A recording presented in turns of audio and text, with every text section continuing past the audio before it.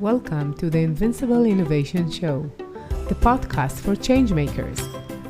Each week, I talk to the most fascinating entrepreneurs and innovation leaders about innovation, strategy, and design. Hi, everyone. And the question we're here to ask is, how can we use growth hacking to innovate better? Welcome to Invincible Innovation Live. I'm Adi Mazor Kario, innovation and value creation expert, and I'll be your host. And today with me, I have Daan Akse.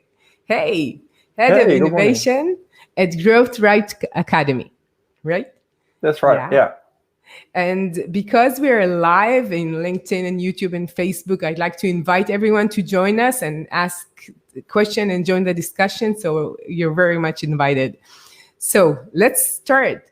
What is the secret of using growth hacking in innovation? Well, that's a good question and an interesting one at that. So they're a little bit apart, right? In the sense that growth hacking, technically speaking, is about taking a product that has product market fit or a service that has product market fit and scaling it.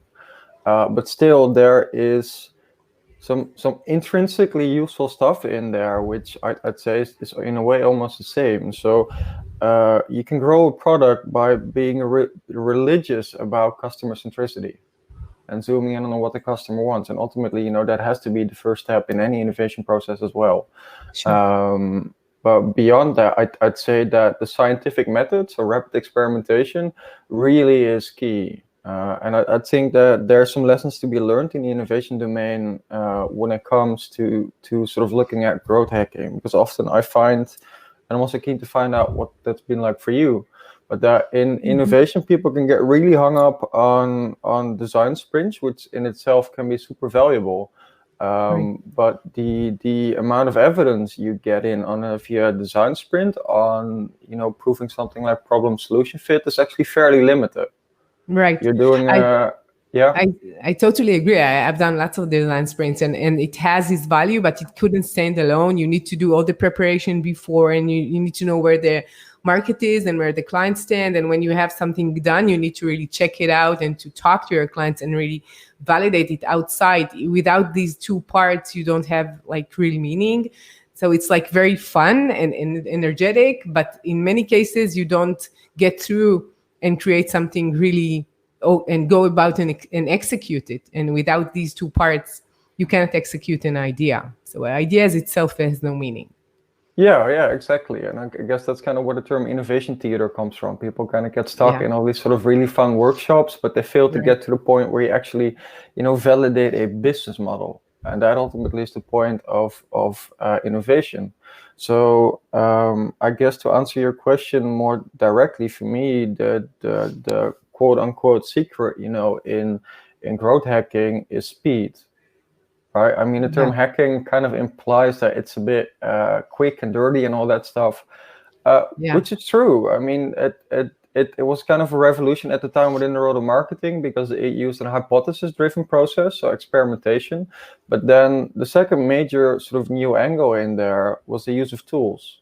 So you don't have to be a developer anymore to test something. You can do sort of no-code MVPs or no-code landing pages. Right. And I mean, that concept is a lot more well known these days than it was a couple of years ago. But I'd argue that still that type of speed is crucial, because even if you were to start with let's say a design sprint and you come up with a value proposition that's meant to address a problem that you hypothesize a certain audience or persona has. If you're going to get bogged down in experimentation rather than, let's say, rapid experimentation, I'm sure a lot of people working in corporate innovation will recognize this, you're really not going to get that far down the road. And ultimately, it's actually quite probable that you fail because in the end, and again, I think this will resonate with a lot of people, innovation is a numbers game. It's about probability. If you were to go out and study, say, the success ratio in let's say the venture capital companies, you'd notice that typically only 1 in 10 has more than a 2 or 3x return, and about 5 in 10 actually don't return anything. So that basically means that there's this sort of small sort of success percentage where you need to make the actual return on investment to cover your losses and all the bets that didn't work. So speed is what will get you through that process more quickly and will allow you to get to meaningful results. Right. So I guess I would add reduction of risk too. It's speed, yeah, and you need to check it out as fast as you can in order to reduce the risk of the money and the resources that you invest in something. And once you check it fast and you validate what you're doing as fast as possible, you can know if you're in the right direction or not. If you go in a certain direction for a long time, investing lots of time and resources, and only in the end you find out that it's not the right direction, you wasted so much energy and money. So it's like sometimes it's something that you cannot really manage. For sure, and especially in organizational context, you're also at risk of losing the buy-in that you need within the Right. wider organization to move, and that is a massive risk. Yeah, the trust that you build in the promise. So you have a promise, and you need to deliver in the end. And I totally agree about what you're saying about design sprints, because I find it like, as someone who's done lots of them, I think that in many cases you are in a high after you're doing it, and then there comes the real work. So after you have everything, like that's the kickoff, and then you need to really do it and then bring in the numbers and go to the C-level and show that you're in the right direction and get to know like what enhancements you need to do, and maybe you need to pivot, and it's all based on the information that you're gathering. And without gathering this information, you're not in a good spot. Yeah. So with that, maybe there's another interesting angle to answer your original question about, the secret of using growth hacking. So apart from experimentation and no-code MVP tooling, I'd say there's a third angle which is crucial in growth hacking. That's kind of the realization that you can de-risk your experiments, kind of building on what you just said about managing risk, by looking at what's already been proven, not necessarily in your team or in your company, but in general in the market. And obviously the growth hacking angle to that would be to use, let's say, a tool such as, for example, SEMrush, to figure out what best practice is in terms of search engine marketing, or maybe to find out if there's a certain keyword out there that's still relatively cheap that you could use. Within the context of innovation, however, you can use a variety of different tooling, especially if you are in B2C or in any type of business where the transaction is primarily online. And you can work out to what extent competitor propositions have been successful. And I would argue that that is a key leading indicator in de-risking your efforts. I mean, if, for example, you were to go online and use a variety of tooling to figure out that this idea that you have actually hasn't worked before, I'd say that's a clear red flag. Yeah, it depends. Maybe you have a very new idea that was never tested. If you're doing something that you have already competitors or several competitors out in the market, I totally agree with you. You can use the data from their experiments and what they know about the market in order to do your experiment better and start from a better start. But if you're doing something which is maybe new or maybe groundbreaking in your market, or maybe it's a B2B thing, which is like much harder to gather the information, I think it's harder. So what companies need to master in order to really continue to grow, even like in times of crisis like we have now? Well, I'd say first and foremost, kind of what we're already talking about, kind of the realization that arguably, innovation is risk management, but ultimately running your business is risk management. And I think the traditional approach to that has been cutting costs in times of crisis. But I feel that in the 21st century, not just because of the COVID crisis, but in general because of, let's say, the climate crisis, because of the pace of technological change, we live in an age of constant disruption. Right. And assumptions that will hold true over decades are clearly out the window. And if anything, the COVID crisis has just been an accelerator in that. I mean, Steve Blank did a really cool article on that just after it happened, saying just this, your assumptions, they are gone. Yeah, Out the window. Out the window. So I guess in order to manage the crisis or even to grow, whether it be this one or whatever crisis is up next for us, because there will be one sooner rather than later. Yeah. You need to understand that we live in an extremely complex world with a lot of interdependencies. And what you need to do is figure out a way to manage that. Right. And that, for a large part, definitely involves innovation.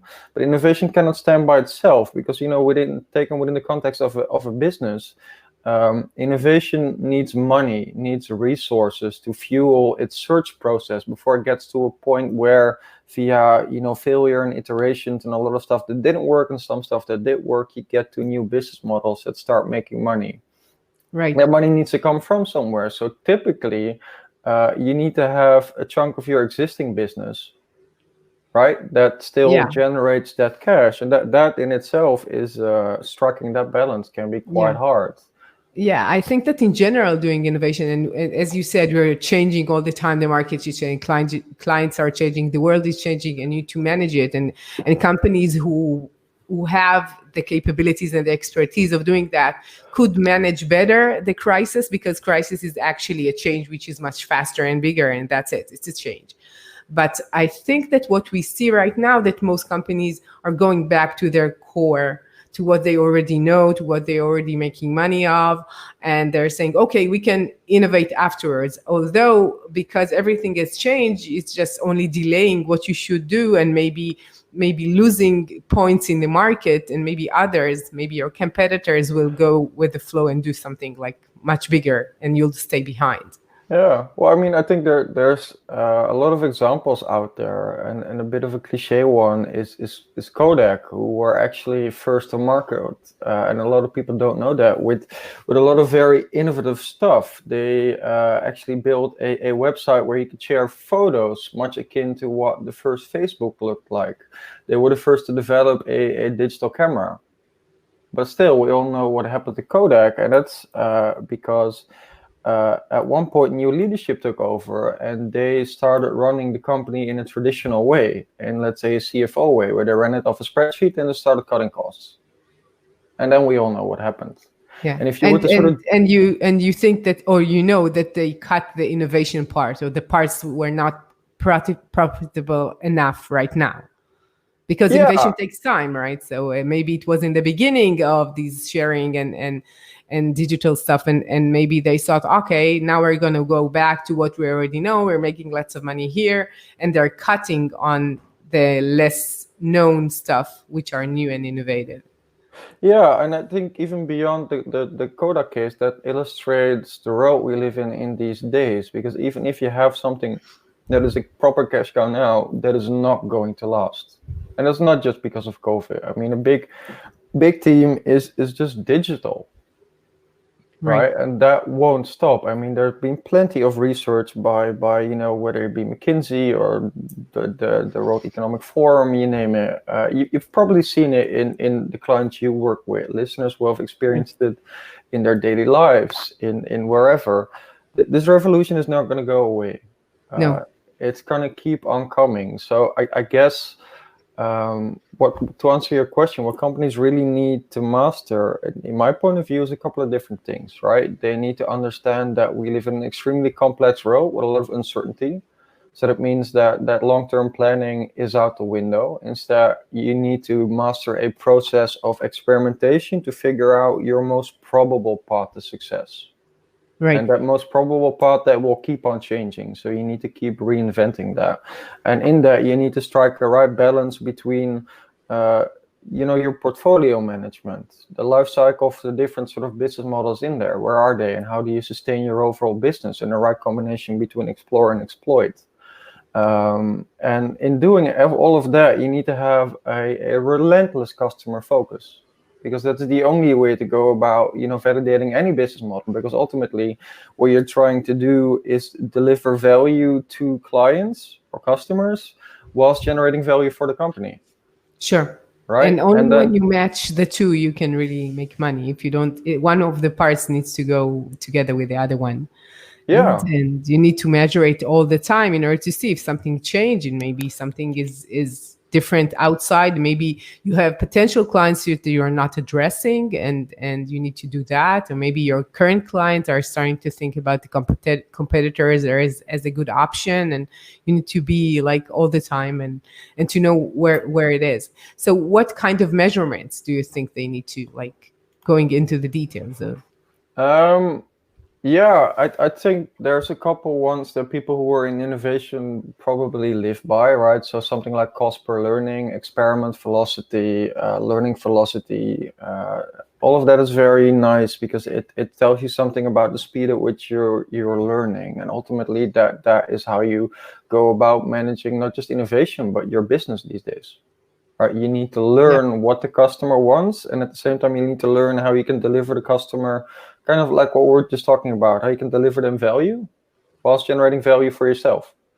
So any type of metric that tells you something about how quickly you're learning, what the quality of that learning is, how much money you're spending on those learnings, because obviously money is a scarce resource as well. Sure. And then something like a knowledge to assumption ratio as well, where you understand how validated or invalidated the business model is.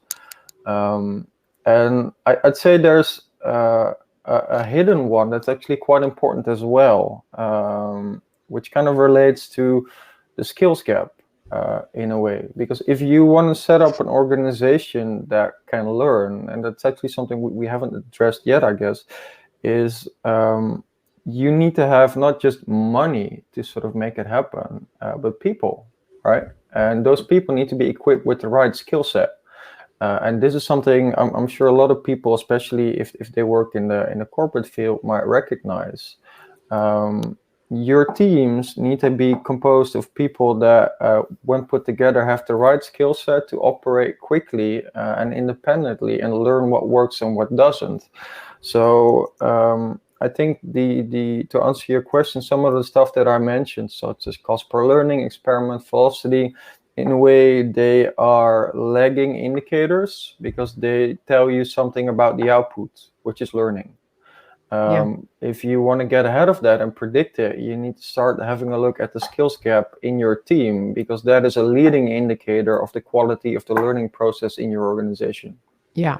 And these like experiments that you're doing, you're gathering information and learning about your market, and you're learning about if it's the right direction. And it's really hard to measure all the time, because sometimes you learn something and you don't have a scale saying like, this is very important, this is not important. It's like only 5 important, not 10 important. So it's really hard to measure. And we know that if we don't measure, we don't know if we succeed, and we cannot really rate anything and see what, like, especially in innovation that could take for years. It could take, like in any startup, it takes time, to learn exactly what to do. It's like, it's very fresh, and it's the same when you're doing a new initiative within a corporate. So, or a change, you can take your current product and reinvent it. It's very, very similar. So in order to do that, you'll need time and resources, and sometimes lots of taking your time and being patient, which is hard. So if you don't measure it all the time, sometimes the management lose patience, and that's hard. Yeah, absolutely. And I guess with that, it depends a bit on the type of organization you're in, but especially if you have a leadership that you have to report to that doesn't have that same type of understanding, right, about the importance of learning, it's probably up to you to find some type of metric that they do care about, and somehow produce enough meaningful progress on that metric, typically some type of ROI, Right. to sort of keep them satisfied, because ultimately you need their buy-in. But at the same time, you need to be making meaningful progress on on the metrics that really matter, so the quality of your learning process and the speed at which you're validating new business models. Right. So And what you said about the skills is like the other part. One is the process, and one is like who is taking part in the process, actually. And one of the things that you could learn is how to relate to the unknowns, which we really need to know right now, how to live in an unknown, and how to experiment and keep curiosity alive when you're a bit afraid. Maybe you want to go back and just like as an organization, and as a person. We talked about the situation in Israel, and it's very to the extreme. And sometimes companies or leaders in companies, which is like the same thing, tend to be very facing the unknowns. And right now, this is where we are. They are going back, and they don't have the capacity to hold the unknown, which is really big right now, and see what it could be, which is hard. That's super hard. That was 100% right. I guess that comes down to concepts such as anti-fragility and having a growth mindset, right? Basically, I guess it's your ability to recognize that there's a lot of uncertainty, and I think that in the past we as a human race have been in denial about that. There's always been a lot of uncertainty, but we just sort of managed to conjure up a society that pretended that wasn't the case.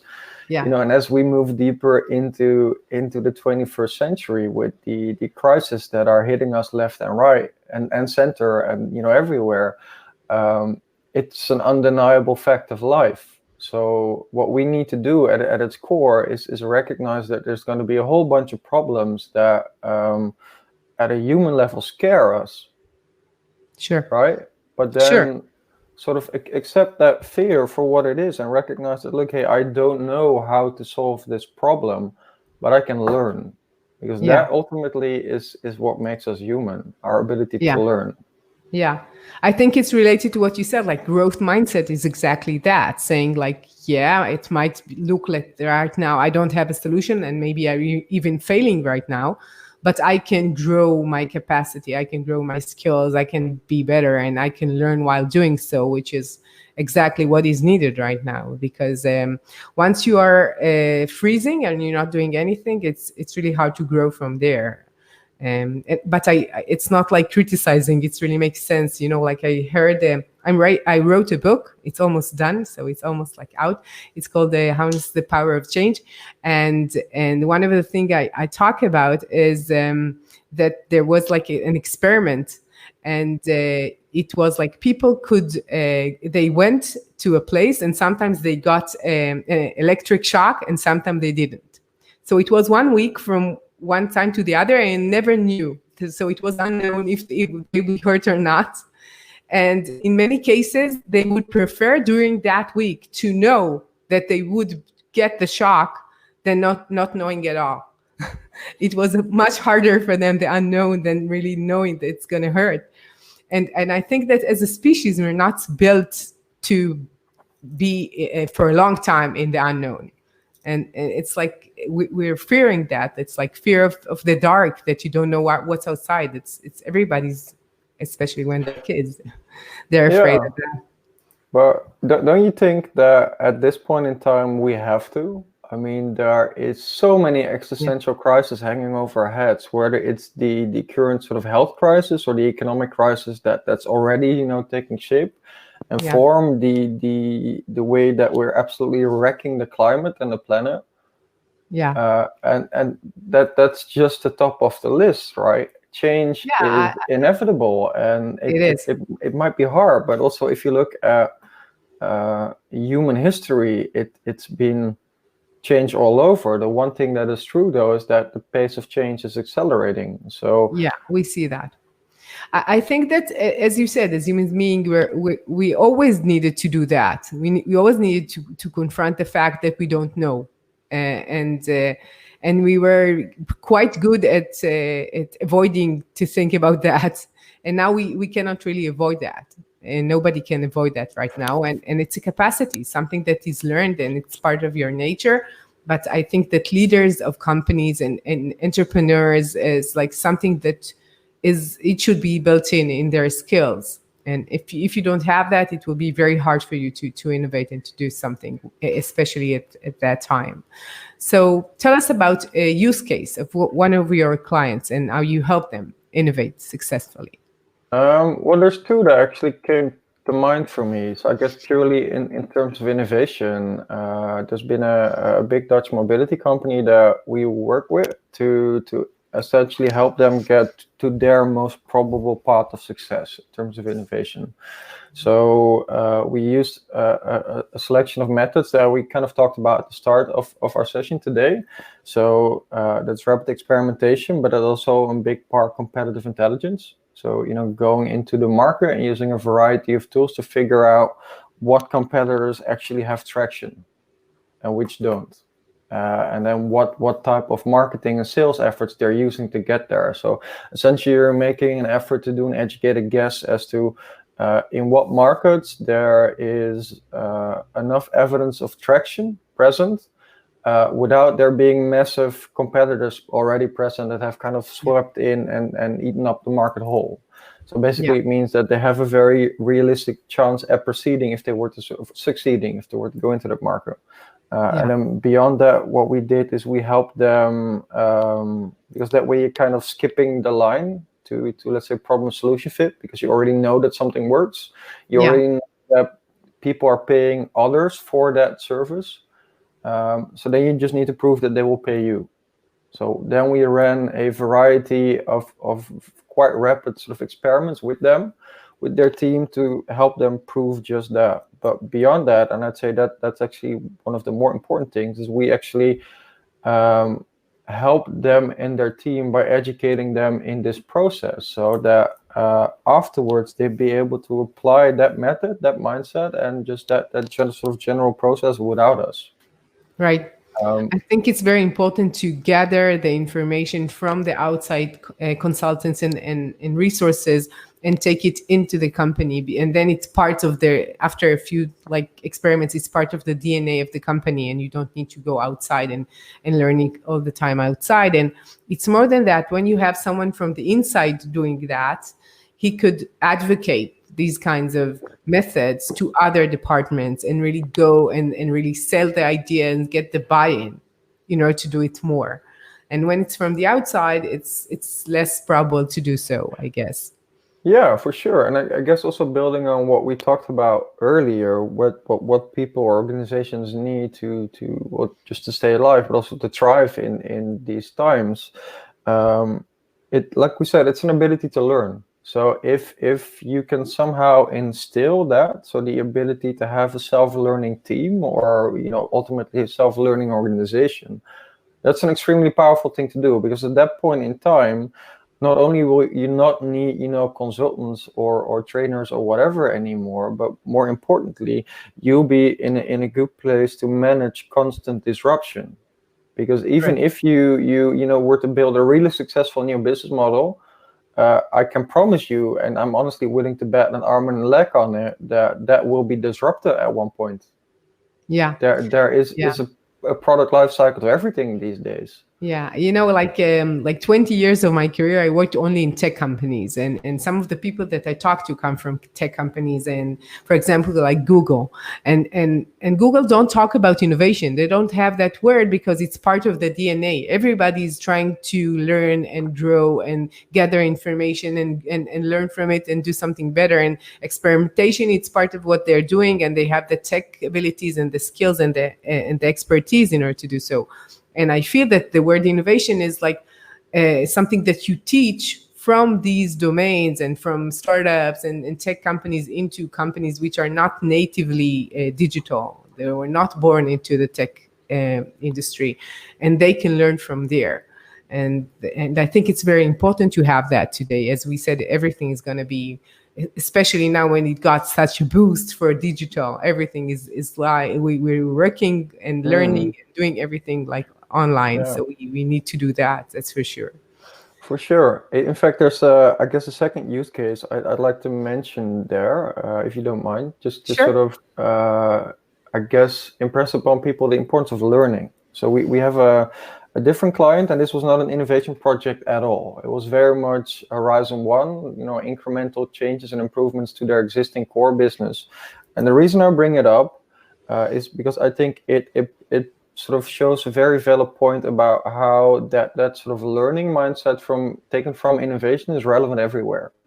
So they had a data department where they employed a bunch of extremely capable data scientists. So this was a big Dutch retail client, And the retail sector is extremely digitized, at least in most parts of the world it is these days. So there's a lot of data, but then the typical question is, how do you actually generate business value from that data? And Yeah, that's a massive sometimes they problem. have too much data, but they don't know how to analyze it and what are the results. What should they do based on what they analyzed? Yeah, and what we find actually with a lot of our clients is what McKinsey is called analytics translation, is that there is a major gap often between these really intelligent and capable data scientists and the actual sort of business part of the organization. Because to put it simply, they don't speak each other's language. Right. They just don't. There's just a lack of shared understanding, and that means that even though there's a lot of data and a lot of insights are being taken from that, it's not translated into actual business output. So this is something that particular clients struggle with. So basically that means to connect data insights to business outcomes. So what we did for them is we built an academy to train these types of profiles. So analytics translators that can connect, those two roles, those two languages, effectively allowing the business to learn better. In this case, obviously in Horizon 1, right, incremental stuff. But the reason I bring it up is because our key stakeholder has said that she's seen real behavioral change, in the team, leading to, the desired business outcome. So Yeah. I guess the point I really want to stress here is that kind of like what we talked about earlier. If you want to navigate, the constant change that is present today, you need to always be learning. And you need to Right. make sure that, across your different functions, your people are equipped with the right skill sets and the right motivation to go about, that learning business. Sure. I think that what you just mentioned is related to one of my earlier episode in this show, and we talked about co-creation. I talked to Martin, and he said that the fact that you're creating together is really essential, to change and to innovate and for change makers. And without that, you cannot really do anything. Like the importance of collaboration and co-creation is much more needed. So I guess it's related to that. So what's your number one tip for change makers and innovation leaders? Yeah, that's a good one. I guess there's a plethora of stuff here that you could mention, right? Whether it's about managing your stakeholders or striking the right balance between explore and exploit. But ultimately, for me, it will be a personal one. I'd say that be humble, be empathic, be creative, stuff like that is extremely important. I mean, we all know Steve Jobs sort of cliche, stay hungry, stay foolish. Yeah. I think those are powerful words, and there's a reason they resonate. Like at Grow Tribe, we say our creed is always be learning. I guess that very much captures the same spirit. Right. And for me, that really has been the one thing that has allowed me to sort of grow and develop myself personally, and with that drive my career, play a part in driving the success of the organizations that I work for, in the past driving my startups. This is it. It's kind of like what we talked about earlier, right? We're all humans, so we have an amazing ability to learn, and with that, like you said just now, also an amazing ability to work together. So we can learn even better. And I'd say that is absolutely at the core of well, first and foremost being human, but then also just getting stuff done and finding, that most probable path to success that we talked about. Yeah, I totally agree. I really love the fact that you took something which is more like very personal and not like very like big leadership thing. I think it's we're all starting as human beings to understand the meaning of what it's really like to work together, because when you're apart you have all these obstacles on the way, and it's harder to do like innovation from afar and do it online and do it with so many harder things to handle. And you understand that when you meet someone and you really understand each other, you can create wonderful things.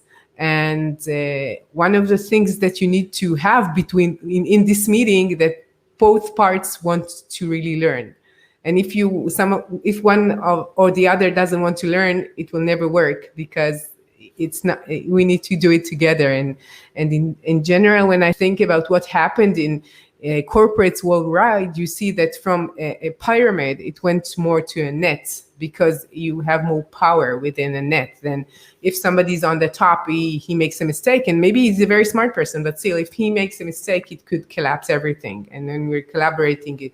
And some of us know more, and we are learning, and we're joining brain power, you have more capacity there. So I really believe in that. So I want to thank you. We had so much. I think maybe we should have another one. I really enjoyed it. And tell me, where could people hear from you and maybe contact you? Yeah, so well, first of all, I also really enjoyed it. So thank you for the opportunity to have a conversation. And I guess if people wanna reach out, they can find me on LinkedIn. And I did set up a short link, so that is grow.ac/Daan. Oh, very nice. And I'll add it to the description of the video. So it's been such a pleasure. I really enjoyed it, and we should talk again for sure. For sure. So, yeah. And to all the change makers out there, thank you for joining me. Have a great week. Thank you. Bye bye. I'm Adi Mazor Kario, and you've been listening to the Invincible Innovation podcast. Make sure to visit our website, invincibleinnovation.com, where you can learn more about our programs and my book, Innovating Through Chaos. I'll be waiting for you next week in our next episode. Thank you for listening.